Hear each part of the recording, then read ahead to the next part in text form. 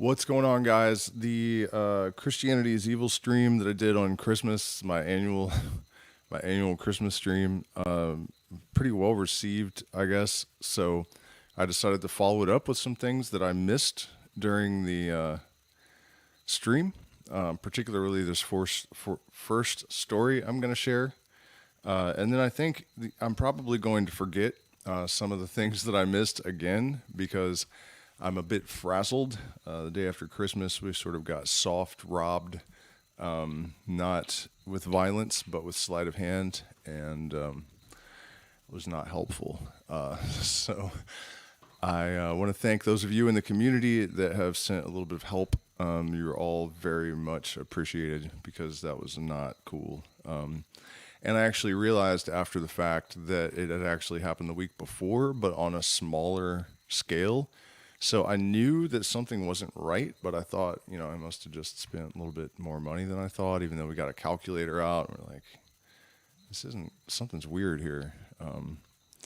So I don't want to tell the story again today.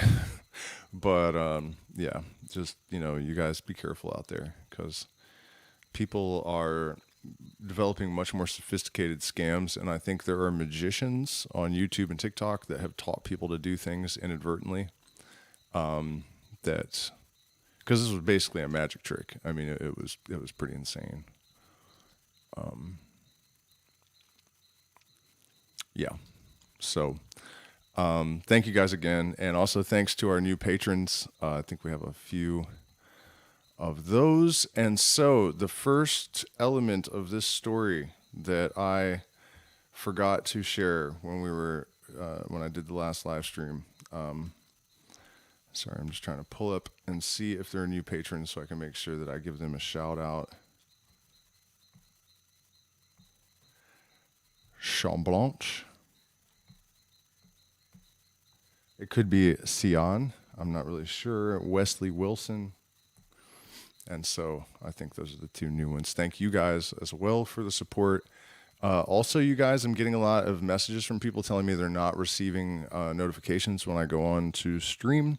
If you want to fix that, join my Discord and turn the notifications on, because then you'll actually get notified when I go live. And of course, I'm super determined to do everything I can to overcome the shadow ban that has sort of kept me treading water for years. And so this first bit that I'm going to share with you, I absolutely love. I think this is one of the most powerful things in my arsenal, and I couldn't believe that I forgot to share it during the last stream. And what actually happened is I encountered this woman on TikTok. Why am I wearing these? Saying that Satanists commit blood sacrifice of children, and therefore they're the most evil people on earth, or they're like the ultimate expression of evil, And I'm not disagreeing with that fundamentally, that act is the greatest possible evil. I certainly can't think of anything worse. But you guys ever read the New Testament? If you define the ultimate evil as the murder of an innocent child, what's up with this God you worship that murdered his own innocent child, the only innocent person in human history, according to the story? So you worship a God that does exactly the thing that you define as the ultimate evil. And you don't even notice. They don't even notice. Aleister Crowley got a bunch of flack over the years, and deservedly, because I don't think he really cared that there were people out there that were stupid enough to do this, and I think that's unfortunate that he was this irresponsible with his power. He was quite young when he wrote this. And I do not doubt that there are people out there that have emulated this, that read it in the book and went out and did it. And that's not good. But he actually wrote in Magic and Theory and Practice. And let's put this in the context of the fact that he also wrote in that book that black magic is so, repugnant, and the people that do it so ignorant, he can't imagine that they actually exist. He also said that blood sacrifice is not necessary. And the reason is that because energy is infinite and any energy can be transformed into any other energy, there's no reason to do that. It's just a silly, superstitious misconception that there's some purpose behind that. Any real magician knows better than to think that there's some point to that. But he did write that the best sacrifice is a male child of perfect innocence. The reason that he put that in the book, though, was to provoke Christians to say, "Oh, you evil bastard." And he would say, "Doesn't stop you from worshiping Tetragrammaton, does it? So it's evil when I suggest it, but it's fine when your God does it." That was the point. It was, a really sort of bad taste joke, considering that he knew the influence that he would have over people in the future. So, but that was the point. That really was the point of that. And so I think it's a really powerful thing to consider that so many people don't even notice something that glaring and incredible of a contradiction. It's just not a problem for them.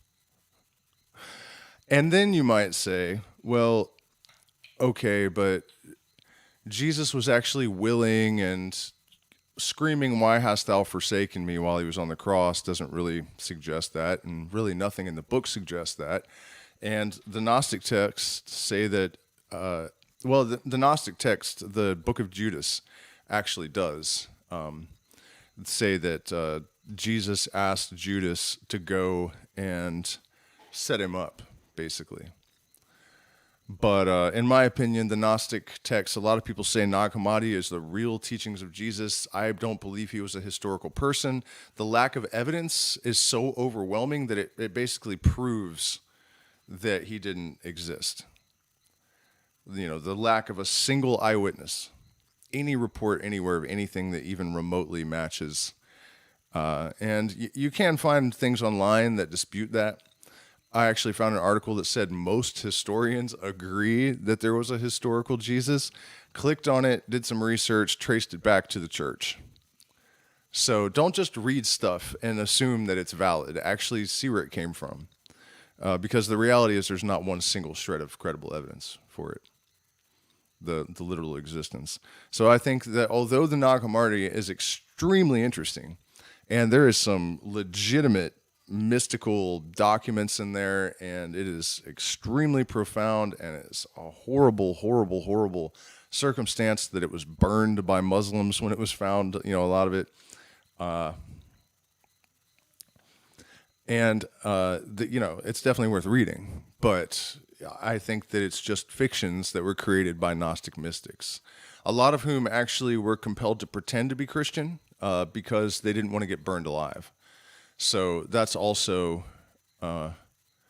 something to consider, that it was necessary to veil this stuff in that cloak. That's why the Masons did it as well, that they pretended to be a Christian civic organization until the third degree, when they slowly start to reveal to the initiate that that's not true. They definitely know the secrets of light and consciousness and all of that. But they had to protect themselves from persecution, and that's terrible. But that's why I'm doing the stream. Another thing that is maybe worthy of noting about this is that there's this tenet of certain schools of initiated thought that says that equal and opposite reactions occur, always. And people, you'll hear a lot that you have to know evil in order to know good. But this thinking takes it a step further and says that they actually create each other. And we do create those labels, but the processes and occurrences that we label that way create each other. These exchanges of energy, equal and opposite.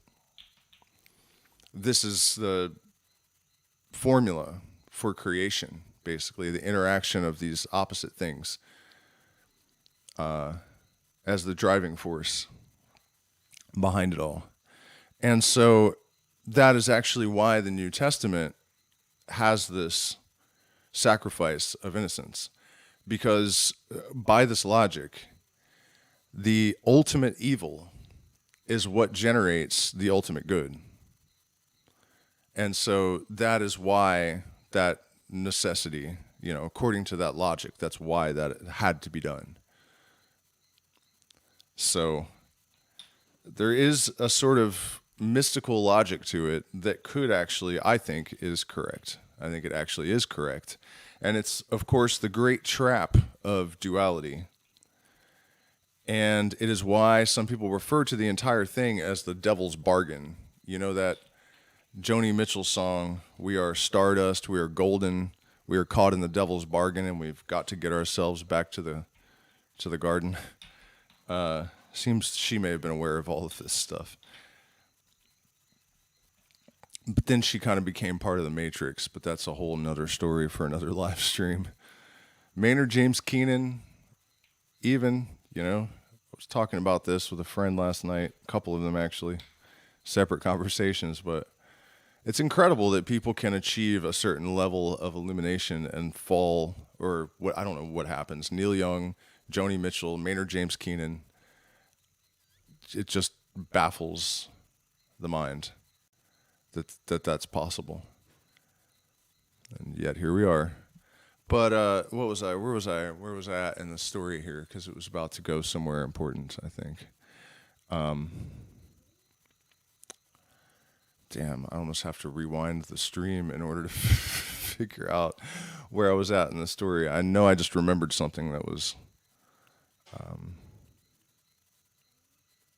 Oh, yeah. Well, what I was saying is that St. John of the Cross mentioned this when he wrote, "Should we sin then, that grace may come? God forbid." So it's not like it's just one tradition that has these ideas. The Buddha also. The idea that you had to sit and breathe in order to escape from karma, because if you do good, it creates evil. And if you do evil, it creates good. So no matter what you do, you're contributing to this samsara cycle and therefore remaining magnetically connected to it, because the energy that creates is all electromagnetic. My secret stream for patrons only on sex magic explains that in a lot of detail. So if you're not a patron, you should become a patron so you can access my secret content. There's 4 years of it, and I am demonetized. So if you guys don't support me, especially after I get robbed, it's difficult for me to continue making videos and whatnot. So I do appreciate it. So, yeah, that's...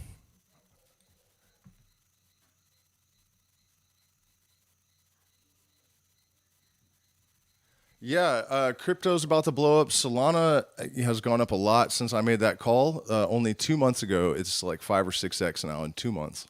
So that was a good one. And then I can't remember the name. I think it's...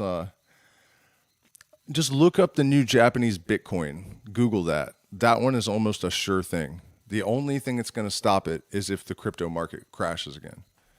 If that doesn't happen, then it's guaranteed, like, it's at 300 million now with only 59,000 holders, which is a little bit sketchy because there's whales, big ones, obviously. But yeah, it's guaranteed to, let's see, 10 billion would be easy, I think. So it's like 15x or something from here. Pretty much for sure, and probably pretty quickly. So I would look that up, find that one, buy it.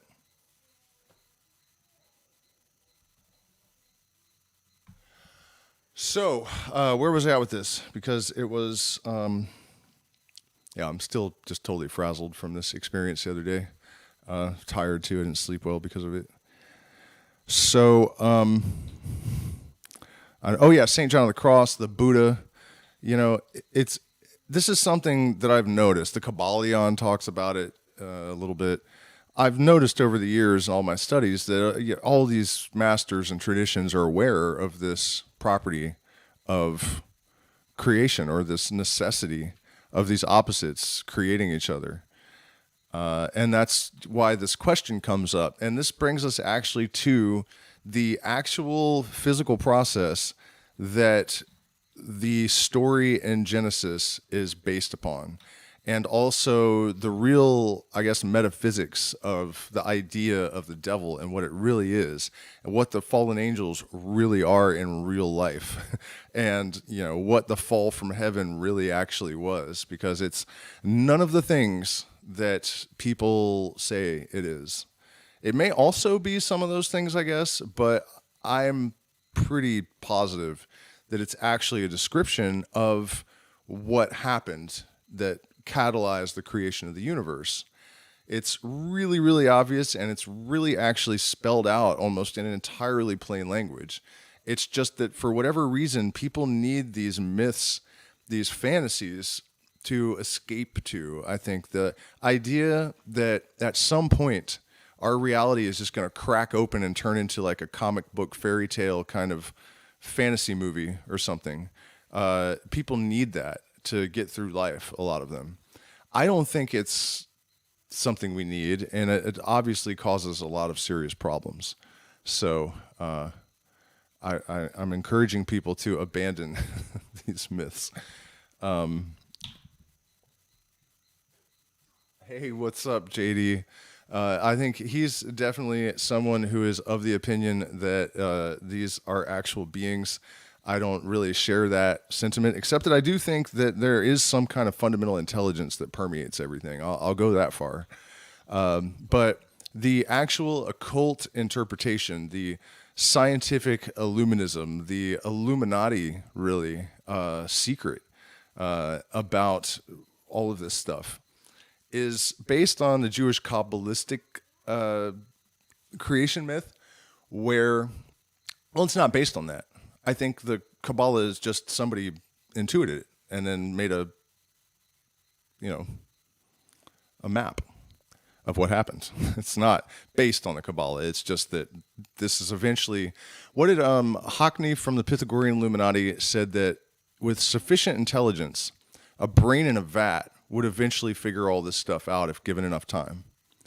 And that's been my experience, that if you really, really single-mindedly focus on this stuff and you're capable of critical thinking and reasoning, eventually you'll just figure it out. That's what gnosis is. That's what happened with me.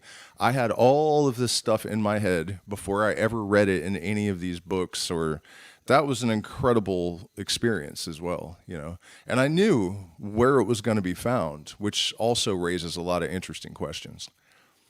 And it did feel like the universe waited until I had it all, and then was like, and now look in all these places, and you'll realize that this is something that, initiates and adepts have always known. So anyways, nothingness became conscious, and Aleister Crowley's opinion, it made a bad bargain in doing so, because then we had duality, because the only possible unity, paradoxically, is nothingness. Because if you have a thing and you have space, you have two things.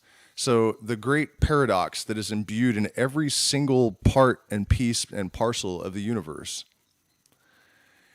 that's why it's there. Because this whole process is about replication by means of reflection. You can see that in the Fibonacci sequence, the way it goes back and copies a number and then moves forward. Goes back, copies a number, and moves forward. Viruses do this, DNA does it. This is the fundamental process that created everything in the universe. That's why you see the Fibonacci sequence in everything. but it happens on an energetic level too. So when that paradox was imbued in the structure, it remained in the structure. That's why everything contains its contradiction, and we have all these antinomies interacting. This is why the yin-yang symbol has some black in the white and some white in the black. Everything contains its contradiction. Because of this, the only possible unity is none. And so this nothingness became a dynamic zero system. Basically, the way that the Kabbalistic system describes it is that there was this absolute nothingness that is really the fundamental thing that sustains creation.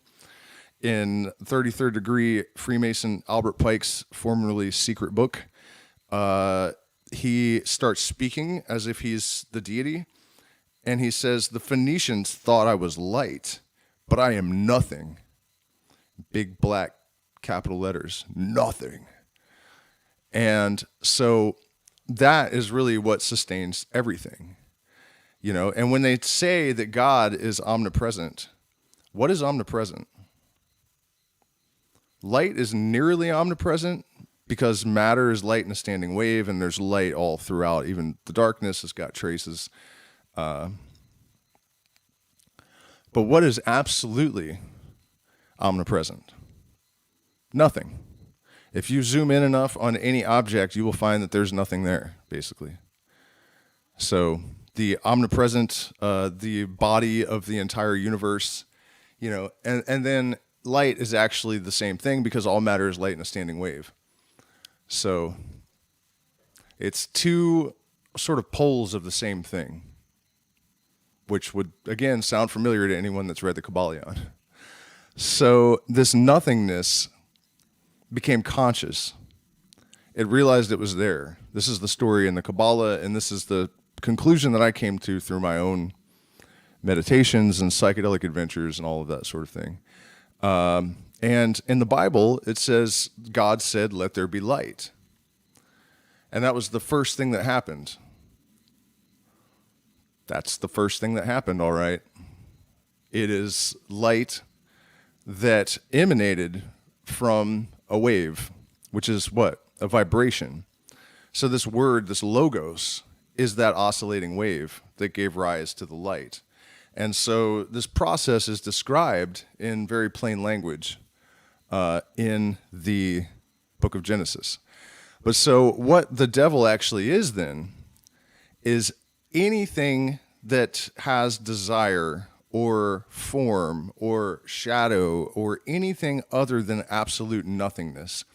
Because if you think about it, if God is absolute perfection, there are no lines, there are no shadows, there are no stains, there are no colors, there is nothing.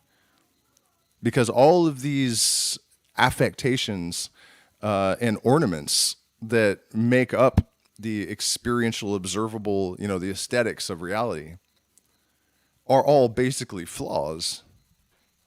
And they all require shadow and darkness.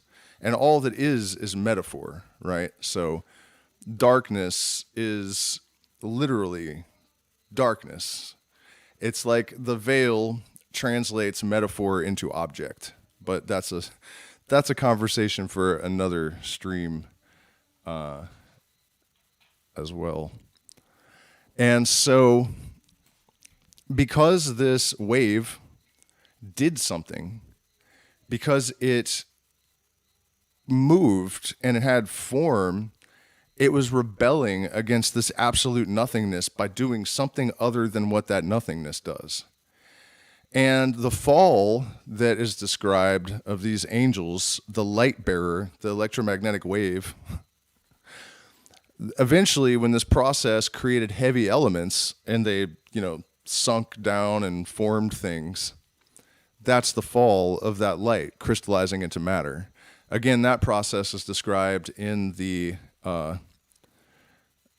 Kabbalah as there's the absolute nothingness, and then that nothingness becomes less nothing, and it's sort of light, but it's light that is more like ether or something. It's not really substantial light, and then it's a little bit less nothing, and then it's pretty much just light, and that descends down through the crown of the macroprosopis, or the Adam Kadmon, it's called in the Kabbalah, the universal being. So the idea is that just as there are quantum particles that make up our body, the planets and stars and all of this stuff are particles in this giant organism.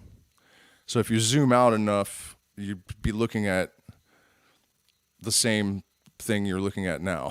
Only it would be huge, but you wouldn't know that because you'd be so big that it would look this, anyways.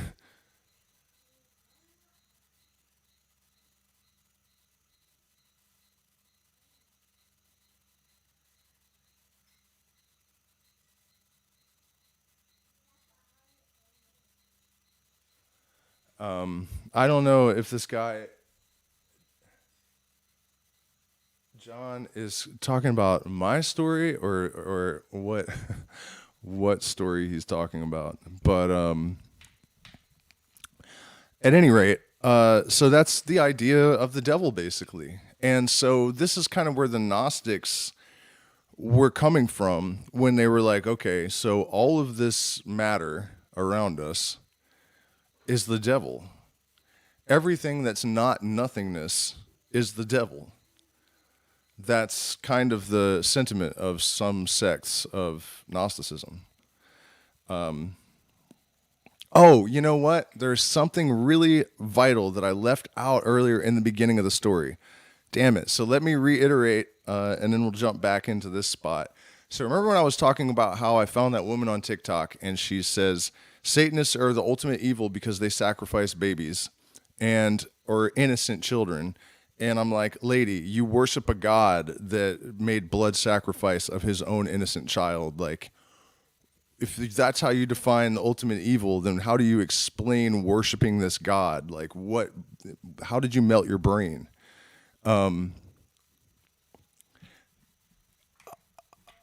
There is an argument that can be made that it was a necessary part of the process, or that Jesus was willing, although that's not explicitly stated in the Bible, right? I said all this before, but then I trailed off and didn't finish the statement, which is it's not the only time that he killed babies. Well, every time people say, Jesus was willing and he's not really a baby murderer, Pharaoh's like, excuse me? Roaming through the land, killing firstborn man. Remember that old Metallica song? Right? So don't even go there. Like, what do you, it's not the first offense. It just may be the worst offense. I don't know about that either, though. Maybe it's worse to kill other people's babies than to kill your own. I'm not really sure how to, is there even a metric for that? And then there's another interesting thing that I left out of the last stream about this. So Satan is supposed to be the ultimate deceiver, and they say Lucifer was kicked out of heaven for trying to become God, pretending to be God. Remember what I was saying about how John warned that Jesus or that Satan may come as an angel of light, and then like 45 pages later, Jesus shows up and he's like, God has sent me, making him an angel, and I am the light. And it's like, wait a minute, weren't we just warned that Satan would do this? And then they tell us that he's the ultimate deceiver. Wouldn't he run around preaching really impeccable morality? Wouldn't that be like, if he's the greatest liar, wouldn't he do exactly what Jesus did? Pretend to be God, make everyone break the first commandment, and preach a bunch of solid morality? I mean, it's just really difficult to imagine how it is that people live entire lifetimes without asking these questions or noticing these details. Wolf in sheep's clothing? The lamb? I mean, I know I said all this in the last stream, but wow. Morning star refers to Lucifer in Ezekiel. Jesus calls himself the morning star in Revelation. It's spelled out just as plainly as the idea that this light descended, and that's what's actually being presented in the first pages of of the book of Genesis. So then we have now this other level to the devil, which is that there are two components of the human psyche. One of them is the angel and the other is the devil. And so there is this, what are people calling it these days? Unity consciousness, which is this sort of place of absolute nothingness and peace and light, right? It fits all of the descriptions of this sort of nothingness that's described in these other systems. This unity consciousness that is God, this sort of infinite nothingness, this total and complete timeless peace. The Buddhists call it nirvana, you know. And then there's the ego, the individual monad, Leibniz would have called it. And it's the same exact thing. It's a reflection of the photon as the single individual unit of this consciousness when it's disembodied and disenfranchised from a meat suit. Right? So,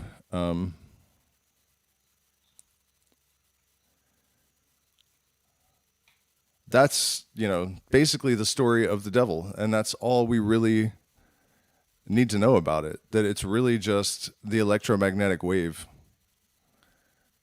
And on another level, the ego. But most notably, it's Jesus and his followers.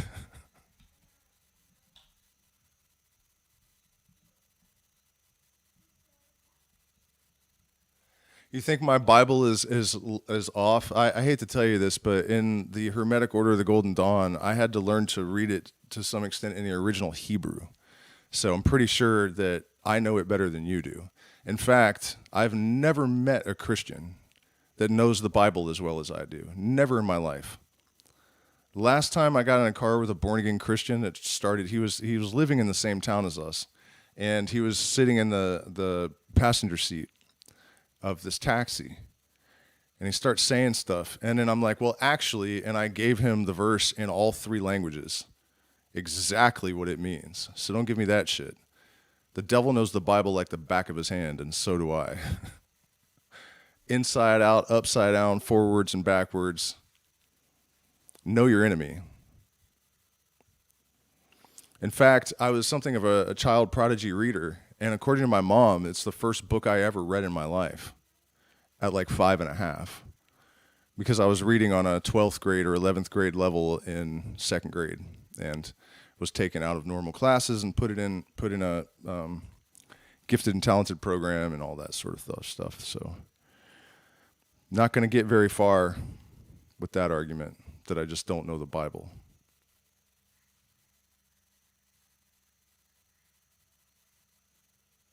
Yeah, well, that's what it is, the individual. It's not just that component of the, yeah, you're right. I mean, it's the individual person, the id, I guess, then, as opposed to the collective totality of consciousness. The sum total of it is God, but the individual units are the devil, basically. There's another version of this where Lucifer is, supposedly this is the original myth, but I kind of question whether this is possible, that it could possibly be true, because Lucifer was not in the original Bible. There is no Hebrew Lucifer myth. It doesn't exist. In fact, Ha-Satan, it was not a person or a spirit or anything either. It's a title that was used for King David, I think like 12 times in the original Hebrew. So it's not even a thing, Ha-Satan, when he's walking around in Job, that could have been any one of these characters that was just, how do you say, they didn't change the title. They just left it Ha-Satan.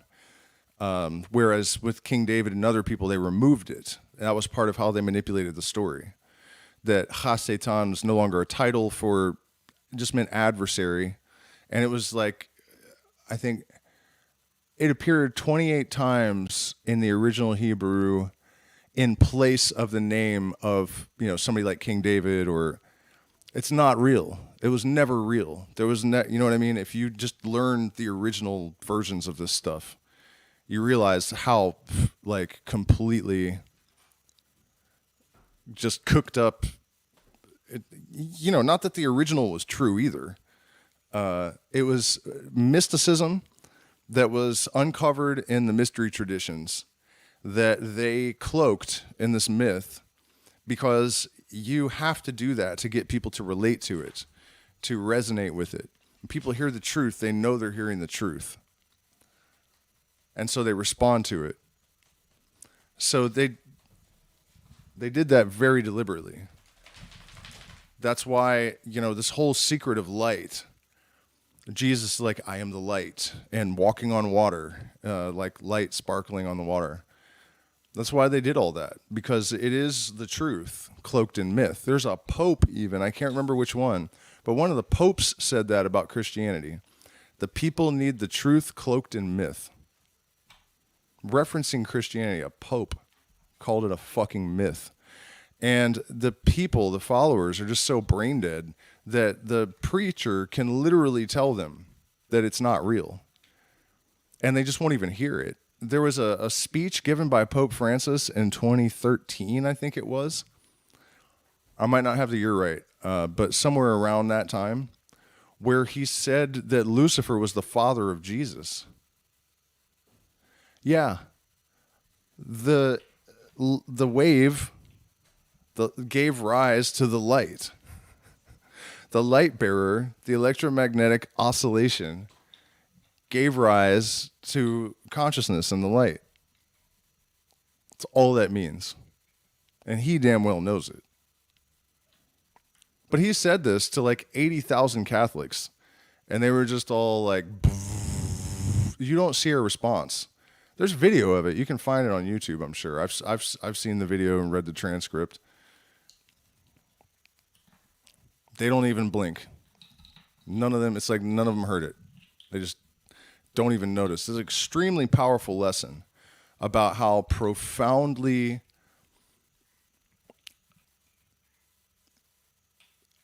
powerful selective perception can really be. If people do not want to see something, they literally can look right at it and not perceive it. The same is true if you just don't believe in something so intensely that you'll fail to perceive it. This is something that I think rules a lot of possibilities out in the lives of people that are, abject materialists. They don't experience synchronicities. They don't experience anything beyond the random permutations of particles or whatever it is they think is happening, because they're convinced it's not possible, so they just don't even perceive it. It comes as quite a surprise to a lot of people, I think, when you expand your consciousness and your experience of reality actually changes. A lot of people, I think nowadays people know more about what it means, but in the 60s for sure, even in the 90s, people were, you'd think you were going insane, especially if it had happened because of psychedelics and all the propaganda had eaten into your brain and you thought that you had taken a psychedelic and lost your mind. And really, you were just experiencing expanded parameters in your perceptual apparatus. That's what happens when you expand your consciousness.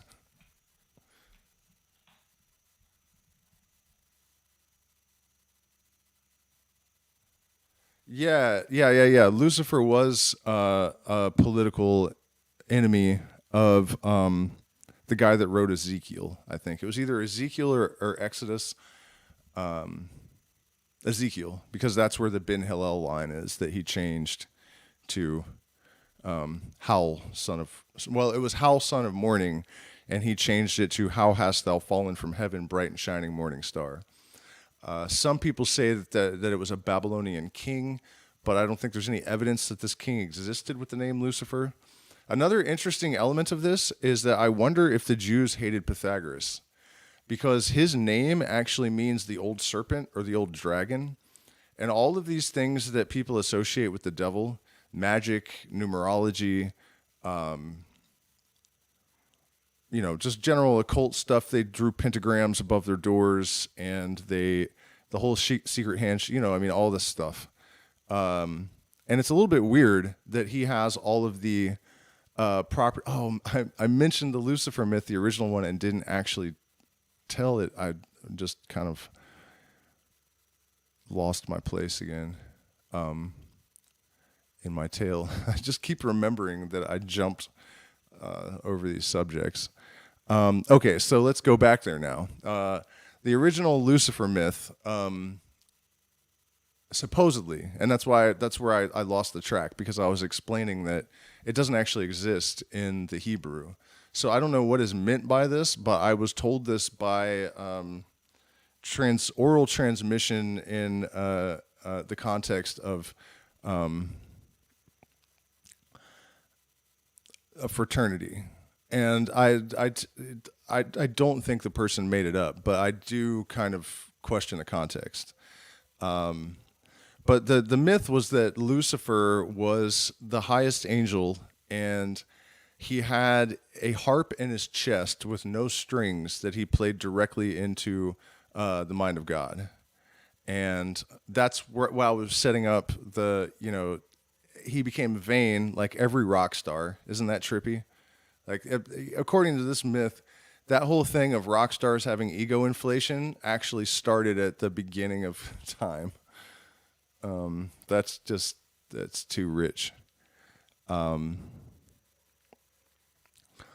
yeah, so, and then when he was cast out, he was exploded into all of these different pieces that are now stars, which are actually sentient, and they project the story in these fragments in the life forms on Earth. And then eventually all of those things figure out the story and coagulate back into the, solvet coagula.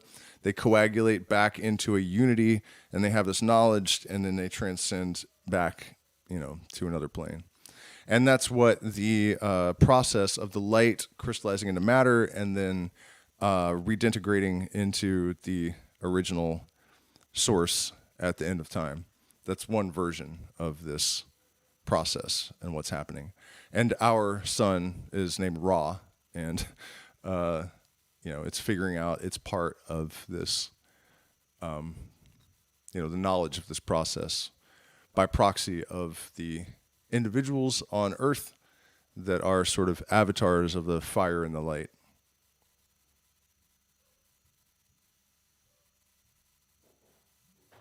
Well, it's not just that I have a lot of stuff on my mind. I mean, the robbery the other day, and then the lack of sleep. But as I've been saying, I'm determined to be consistent, and I honestly was way too tired to do this stream. But I just have to, basically. So here I am, for good or ill, I guess. By the way, you guys, we really do appreciate likes, and we also really appreciate support. I am demonetized, and although we have gotten quite a few new patrons lately, which is really encouraging. I really appreciate all of those people from the bottom of my heart. And you find all sorts of stuff like I'm talking about tonight there. Explanations of Masonic degrees taken directly from the writings of 33rd degree Masons, and all sorts of occult instruction and whatnot. But bearing in mind that my take on it is coming from the point of view of like the Western mystery sort of scientific illuminism, and not from a superstitious or like spiritism based place. I don't really believe too much in spirits. I don't necessarily disbelieve entirely. I just think that, there's a reason why we have a physical body. Everything in the universe is born of necessity. And if we didn't need to have a physical body, then we wouldn't, and our brain is loaded with magnetite, and there's this electromagnetic field that contains all sorts of information and energy. And I think that what gives our consciousness coherence, that magnetite, the density of it and the magnetic, that's what gives coherence to the field that we're interacting with. So that's why I think DMT entities are often nonsensical, and they're sort of like AI, because it's like you have opened the filters in your mind and you're perceiving more of the field, but it doesn't quite have the same level of coherence. In some ways it does, though, because the geometries and the movements that happen are sophisticated on an entirely different level. But still, I'm not alone in this idea of the magnetite and the way that it interacts with the field. Shortly after I started to come to that conclusion, I discovered Michael Levin, who I talk about a lot, and he has come to the same conclusion, which was really interesting for me to see this Harvard-educated scientist who had come to the same conclusions about things that I did through mysticism and psychedelics and just reasoning. That was pretty validating, This was a good moment. You can find that stream actually from right around the time when I found his work, and if you're not familiar with it, you should definitely check it out. He has basically proven that this field has more to do with the development of organisms and morphology than genetics. So basically, science has gotten turned inside out again. And I don't think the entire scientific world has caught up with it, but no one is challenging his experiments or data or anything. It's not like he's some kook that is not being taken seriously. That's not it. Because he is solid in every way. I think that it's what scientists do. They put on blinders and just kind of ignore things that really shake up their paradigm. Science is always discovering old scraps of magical wisdom and making a big fuss about its cleverness. That was said by Aleister Crowley like 140 years ago or something. I'm not really sure. And it's still true to this day. In fact, it's more true than ever with ideas like entanglement, or discoveries of properties of the universe. It's not an idea. And, realizing that all of these mystics throughout history knew that everything was that fundamentally connected. That sort of thing, and also the idea that consciousness is emanating from light. There's only two things in the universe, void and light. So there's really no other culprit possible. And then also it is massless, and yet it exists. So it's immaterial, but yet it's still there, which is a description of spirit that we get a lot. And by the way, one of my beliefs about all of this is that light is really the fifth element. People call it spirit, but I don't think there's any difference. Also, spirit, if another word for it is genius, right? In Greek, a lot of people don't realize that, but genius actually is Greek for spirit. So this connection between light as the fifth element and pure intelligence is sort of made by proxy of these connections, I think. Yeah, so I am too tired to continue, and I think I've made my point, but I just realized I've lost my train of thought for like the 10th time tonight.